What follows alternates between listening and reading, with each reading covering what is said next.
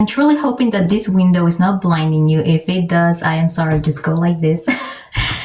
Okay, we're going to be talking about the psychological evaluation in order to become a surrogate. And you guys know that I do not cover the sun with the palm of my hand. I do not sell false dreams in all of my surrogacy videos. I am also very upfront and very honest about what I think about this process. All right, welcome to the Tara. This is Melissa, Tara's mom. You're going to be able to find this video in my new playlist, Surrogacy Unlimited. Also, if you're interested in learning about my surrogacy journey, which finished a long time ago, but you're going to be able to find all of those videos from beginning to labor and delivery in my members only section. So once you're done watching this video, go ahead and make sure you check it out. The psychological evaluation in surrogacy, it's a very crucial component of the medical screening process because psychologically, the doctors want to make sure that you are prepared, that you are not undergoing any stress, that you have a background that circumstantially will allow you to be able to understand the process, to understand that what you are doing, it comes from your heart, understanding that the intentions of the surrogacy journey are in a good place, and making sure that your mind is in the right place as well. So the evaluation is divided into two phases or two stages. One is the interview process, and the other process would be the psychological online testing. And there are many different tests out there. It could be one of the MMPIs or the PAI or a spectra test. Okay, so some of these tests will contain a total of 300 questions, maybe. Other tests contain 500 questions. And if you would like a recommendation to get familiarized of how these tests go, just do a simple YouTube search on personality tests, and it will give you a pretty good idea, I am pretty sure. So all the tests, you may encounter true or false tests, or you may encounter tests where you will have to choose completely true, slightly true, not so much true, or something like that, somewhere along those lines. So I am not a doctor, so anything that you hear in my video will not contain any professional advice whatsoever, no medical in any way, no psychological. This is just my opinion. This is only for entertainment purposes only. So you do have to remember that during those personality tests, they want to make sure that your thoughts are consistent. So in order for that to happen, you have to be a naturally neutral, calm person that is able to distinguish, reality from what's not. So they want to make sure that you're able to handle situations the correct way. Any stressful situation, any situation under pressure, they want to know how you would address anything that would come up unexpectedly. They want to make sure that you are not under anxiety, under extreme stress, under any kind of thoughts that would put you or baby in danger if pregnancy is successful, right? So they want to make sure that there's a lot of consistency. They don't expect you to be 100% perfect. So sometimes even when you try to make everything sound perfect, the test can be invalidated because of it. So they want to make sure that you are a normal person, but at the same time that you are not purposely trying to get 100% perfect test, because they do notice those things. And there are certain questions that will test that in specific. You will notice once you face it. So you're going to have to be very careful. Make sure that you read everything carefully.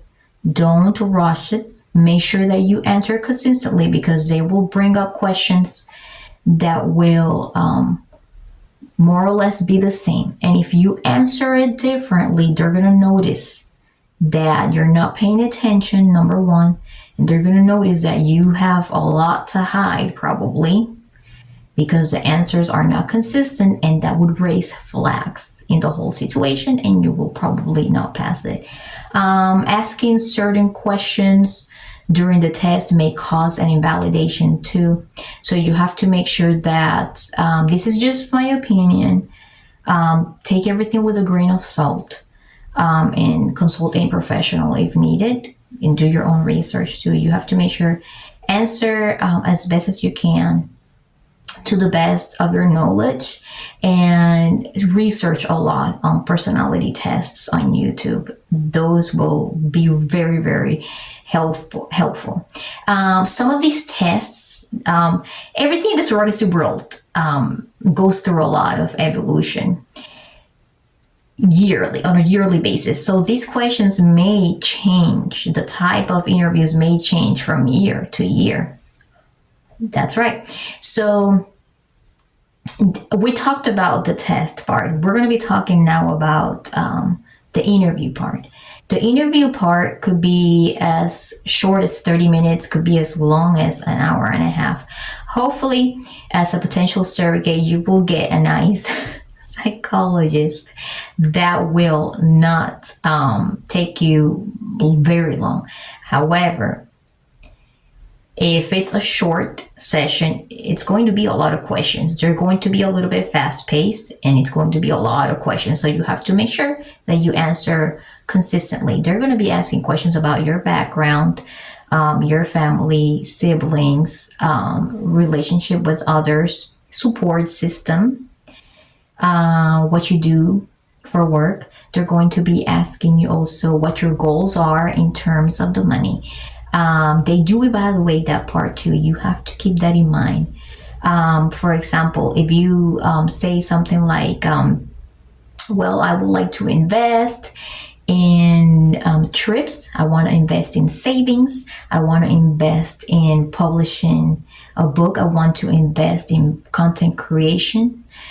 Those are, in my opinion, really good answers, because if you say something like, well, something like that will raise a flag to them, then that is something that would make probably that psychologist make you fail that test. So you have to be careful with what you answer. You have to answer in the best way that you can, because they want to make sure that your intentions are from your heart, that you're not doing this for the wrong reasons, and that you are a person that loves to help others, and that this is one of the things that you thought well before jumping into. They will be asking you questions about that. They will be asking you questions about, when did you first find out about surrogacy?